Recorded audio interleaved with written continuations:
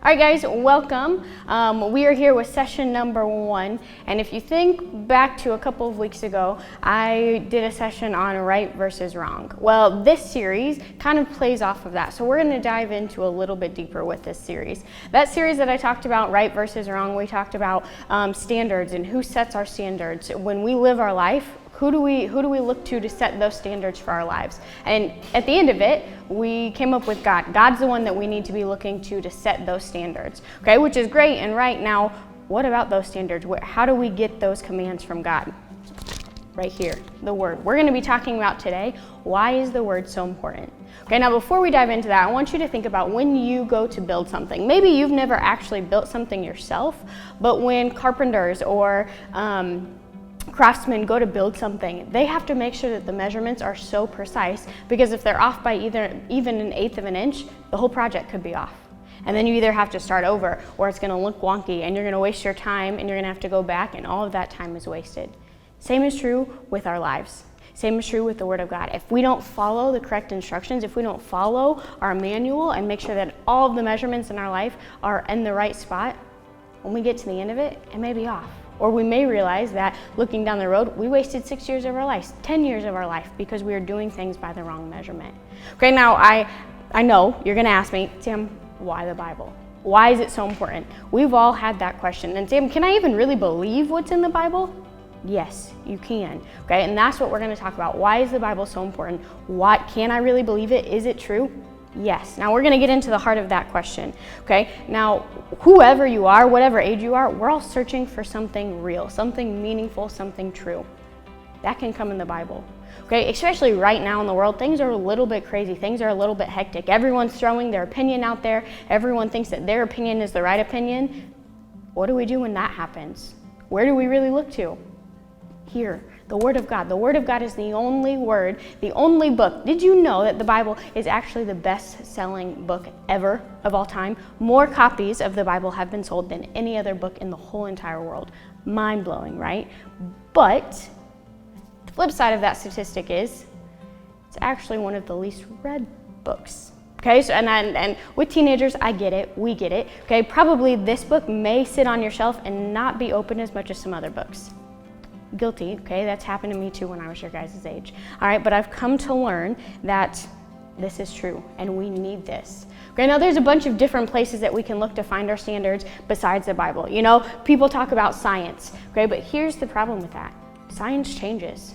Think back just 2006, so what is this, 2020? That would have been 14 years ago. Right? Is that my math? I'm a language teacher, I don't do that. 14 years ago. Okay, in 2006, up until 2006, kids everywhere, when they would make space planets and like dioramas of space, they always included Pluto in there. 2006, the definition of what a planet was changed, and Pluto was no longer allowed to be a planet. Sad for Pluto. Okay, but even then, science changes. Okay, or we can look at, if we don't want to look at science, maybe you look at people. Maybe you look at doctors or celebrities. Okay, well, the thing about that is also 50 years ago probably more 70 years ago, in the 1950s, doctors were seen doing commercials advertising cigarettes. Celebrities were seen doing commercials advertising cigarettes because they thought then that cigarettes were actually good for you, that they put a coating on your throat to help you with asthma, to help you prevent the sore throat, strep throat, that sort of thing.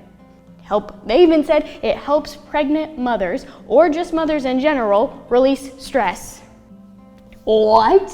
No, we know today that that's not true. Okay, so we know that we can't trust science all the time. Okay, now the really cool thing about science is that more and more it's lining up with the Word of God, because the facts that we see in the Word of God are being proven through science. But we can't trust it, it changes. So do people, just like we talked about in that TV ad. The Word of God is the only thing that doesn't change. Okay, one thing that I want to talk to you, and that kind of proves this accuracy. So in this first session, we're going to talk about, okay, Sam, why the Bible, right? Well, we're going to talk about the accuracy.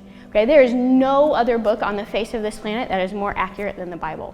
Okay, I did lots of research on this, but in the Bible, there's over 5,000 prophecies. Okay, now when we get into statistics and the math, I don't know any of that. Okay, but breaking it down short and simple.